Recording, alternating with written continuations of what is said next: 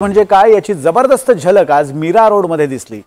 न भूतो न भविष्यती अशी अभूतपूर्व गर्दी आणि ती सुद्धा उत्स्फूर्तपणे मीरा रोड मधल्या मोर्चामध्ये सहभागी झाली। सुरुवातीला हा मनसे किंवा ठाकरेंच्या शिवसेनेचा मोर्चा होता, पण मराठी माणूस यामध्ये सहभागी होत गेला आणि हे मराठी वादळ वाढतच गेलं। गुजराती व्यापाऱ्यांच्या मोर्चाला उत्तर देण्यासाठीचा हा मोर्चा होता। मराठी माणसाचं हे आग्या मोहळ आवरता आवरता पोलिसांच्या आज अक्षरशः नाकी नऊ आले। मोर्चाचा प्रतिसाद इतका तुडुंब होता किंवा जबरदस्त होता की मुंबईतल्या मराठी माणसांनी सुद्धा मराठी माणसांच्या मोर्चात सहभागी होण्यासाठी मीरा रोड गाठलं। आजचा दिवस कसा होता आपण पाहूयात।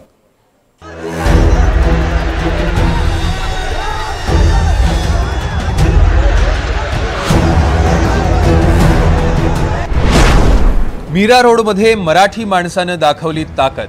भाईंदर शहर हे मराठी माणसाचं शहर आहे।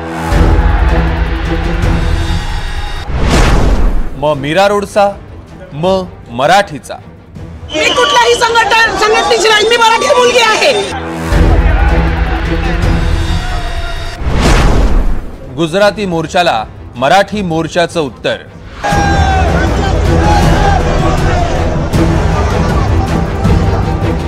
मीरा रोडच्या रस्त्यांनी आज मराठी वादळ काय असतं आणि मराठी ताकद काय असते ते पाहिलं। मी मराठी, माझी अस्मिता मराठी आणि माझा बाणा मराठी दाखवायला हजारो मराठी रस्त्यावर उतरले। गुजराती लोकांनी जेव्हा आंदोलन केलं तेव्हा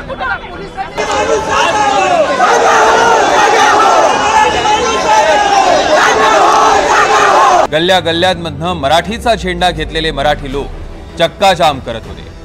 हे उत्तर होतं परवा निघालेल्या गुजराती मोर्चाला दिलेलं। अरे सापाच्या शेपटावर जरी पाय दिला तरी साप करतो ना। आम्ही माणसं आहोत, आम्हाला स्वाभिमान नसावा। तुम्ही सतत आमच्या मराठी माणसाची, महाराष्ट्राची हेळसांड करता, त्याच्यावरती टीका करता। इथूनच नव्हे तर अनेक प्रांतातून देखील टीका करता, वाटेल तसं बोलता। आतापर्यंत आम्ही भरपूर सहन केलं, भरपूर म्हणजे भरपूर सहन केलेलं आहे आणि शांत आहोत, पण मराठी माणसाला जेव्हा डिवचणार ना तेव्हा आम्ही सोडणार नाही। मला हे समजत नाहीये, एवढ्या कानफटत खाल्ल्या या माणसाने, किती निर्लज्ज आहे। जा ना मग इथून आमच्या राज्यातनं सोडून, का राहता तिकडे तुम्ही? मराठीचे एवढं मोठं वादळ आवरता आवरता पोलिसांची पार दमछाक झाली। मीरा भाईंदरच्या मुख्य चौकात आंदोलकांनी ठिय्या आंदोलन सुरू केलं। आंदोलक आणि पोलीस आमने सामने आले। पोलिसांचं म्हणणं होतं दुसऱ्या मार्गाने मोर्चा काढा। आंदोलक मात्र रेल्वे स्टेशन जवळच्या मार्गावर मोर्चा काढायला ठाम होते। ठिय्या आंदोलन करणाऱ्या आंदोलकांना पोलिसांनी उचलायला सुरुवात केली आणि जोरदार राडा झाला। पोलिसांनी आंदोलकांची धरपकड केली आणि आंदोलकांना भरभरून बसेसमध्ये कोंबण्यात आलं। बोला नाही तर मराठी लोकांचं सगळं संपून जाईल। तुम्ही कुठल्या संघटनेकडनं आहात? मी कुठल्याही संघटनेची नाही, मी मराठी मुलगी आहे, मी स्वाभिमानी आहे। काय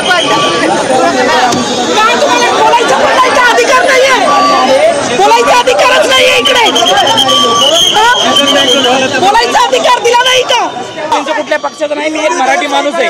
मोर्चा मनसेचा नाहीये, मराठी माणसाचा आहे। मीरा भाईंदर शहर हे मराठी माणसाचं शहर आहे। तसंच गुजराती मारवाडी इथे येऊन राहिले, सर्वांनी प्रेमाने राहावं, आनंदाने राहावं।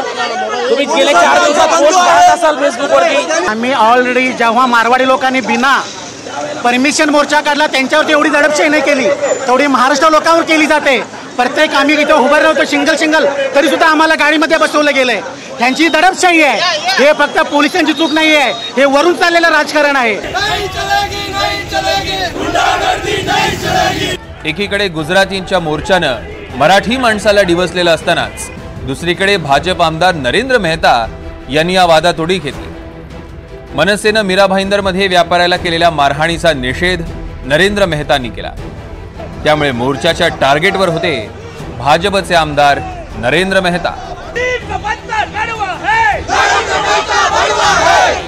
मीरा रोडच्या गल्ल्या गल्ल्यातनं निघालेल्या मोर्चामध्ये नरेंद्र मेहतांविरोधात घोषणा दिल्या जात होत्या। हा महाराष्ट्र आहे, इथे काय होणार आणि काय नाही होणार हे आम्ही ठरवणार, आमचा मराठी माणूस ठरवणार। इथे धंदा करायला आलात ना, गपचूप धंदा करा। इथल्या राजकारणात टावटाव करू नका। नरेश यांच्या कानाखाली पडला. नरेश नाही शिकवायचं आम्हाला. नरेश चट्टीत राहायचं.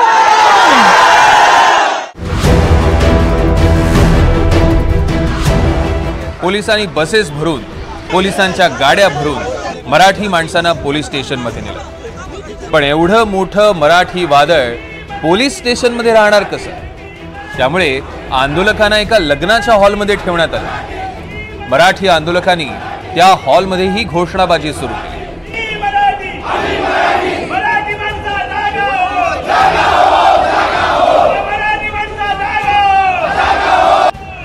या मोर्चात मनसेचे कार्यकर्ते होते, ठाकरे गटाचे कार्यकर्ते होते आणि कुठल्याही पक्षाचा नसलेला असा मराठी माणूस होता. मराठी माणसाच्या अस्मितेसाठी काढलेला हा मोर्चा होता. त्यामुळे हजारो मराठी लोक उत्स्फूर्तपणे सहभागी झाले.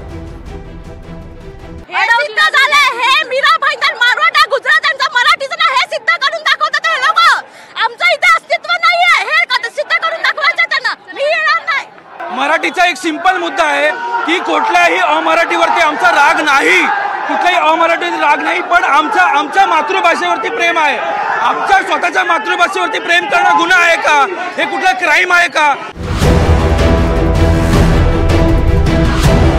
आंदोलनाआधीच मध्यरात्री मनसे नेते अविनाश जाधव यांना पोलिसांनी ताब्यात घेऊन विरार जवळच्या मांडवी पोलीस स्टेशनमध्ये ठेवण्यात आलं होतं. जोपर्यंत अविनाश जाधवांची सुटका नाही तोपर्यंत आंदोलन कायम ठेवण्यावर आंदोलक ठाम होते. दुसरीकडे मनसेचे मुंबईतले नेते नितीन सरदेसाई, संदीप देशपांडे ट्रेनमधनं मीरा भाईंदरकडे निघाले. तोपर्यंत ठाकरे गटाचे नेते राजन विचारे, विनोद घोसाळकरही आंदोलनस्थळी पोहोचले. मनसे आणि ठाकरे गटाचे नेते तिथेही एकत्र आले आणि आंदोलनाचा आवाज आणखी बुलंद झाला. असं असताना सुद्धा आज जर मोर्चा काढून दिला असता तर ही वेळ आली असती का सांगा मला. आज 2 दिवसापासून प्रत्येक कार्यकर्त्याच्या घरी जाऊन त्या ठिकाणी त्यांना नोटिसा देऊन त्या ठिकाणी काही लोकांना अटक करण्याचा प्रयत्न त्या ठिकाणी केला होता. आज तुम्ही बघितलं असेल काहींना नोटीस दिल्या होत्या कडीपारच्या. आणि अशा पद्धतीने तुम्ही जर मनमानी करत असाल तर मला वाटतं हा छत्रपती शिवाजी महाराजांचा हा महाराष्ट्र आहे आणि या महाराष्ट्रामध्ये कोणाची दादागिरी या ठिकाणी चालून देणार नाही. आम्ही सगळेजण फक्त आणि फक्त मराठी आहोत. आम्हाला काय सांगतात? नाही तुम्ही हिंदू नाही, हिंदूला मारताय. हो आम्ही हिंदू आहोत पण हिंदी नाही. आम्ही हिंदू पण आहोत आणि मराठी पण आहोत. 1947 या भारताला स्वातंत्र्य मिळालं की नाही? तेव्हापासून आपण सगळेजण भारतीय आहोत पण मराठी भाषा ही 6व्या शतकापासून आहे. एकीकडे मीरा भाईंदर मराठीच्या आंदोलनानं असं धुमसत असताना दुसरीकडे विधान भवन परिसरही मराठीच्या मुद्द्यावरून तापला होता. पण त्या दिवशी जसं एक मोर्चा निघाला होता काही विशिष्ट समाजाचा, तसं आज नेमकं मराठी माणसाचाच मोर्चा निघत असताना तिकडच्या पोलिसांनी एवढी धरपकड का करावी, कोणाच्या आदेशावर करावी, हे उत्तर स्थानिक पोलिसांनी आणि गृहमंत्र्यांनी राज्याचं देणं महाराष्ट्राला गरजेचं आहे. बघा, पोलिसांचा वापर करून महाराष्ट्रामध्ये तणाव निर्माण करण्याचा प्रयत्न केला जातो. हे दुर्दैवी आहे, हे दुर्दैवी आहे, हे दुर्दैवी आहे. जे काय होत आहे ते फक्त राजकारणासाठी केलं जातंय. हे अतिशय वाईट आहे. तेव्हा का नाही अडवलं? तेव्हा का नाही अडवलं? हा, कोणी कायदा आणि सुव्यवस्था बिघडवेल अशी परिस्थिती निर्माण करू नये हे ठीक आहे. आंदोलनालाच बंदी आणणं, लोकांच्या भावना, लोकभावना लक्षात घेऊन जर लोक एकत्र येऊन जर आपला विरोध प्रदर्शन करत असतील तर ती प्रगल्भ लोकशाही आहे असं आम्ही मानतो. लोकांना आपले विचार मुक्तपणे मांडू द्यावेत आणि त्यामध्ये कुठेही जर चुकीचं काही वक्तव्य होत असेल तर कारवाईसाठी सरकारकडे कायदे आहेत, नियम आहेत आणि त्यामुळं एखाद्या विचाराच्या लोकांनी किंवा भाषिक लोकांनी एकत्र येऊन जर त्या ठिकाणी आपली भूमिका मांडत असतील तर त्याला विरोध करण्याचं काही कारण सरकारचं नव्हतं.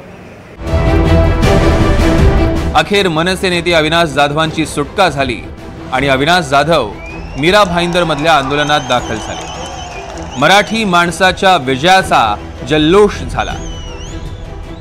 अशीच एकजूट आपण मराठी माणसासाठी दाखवूया।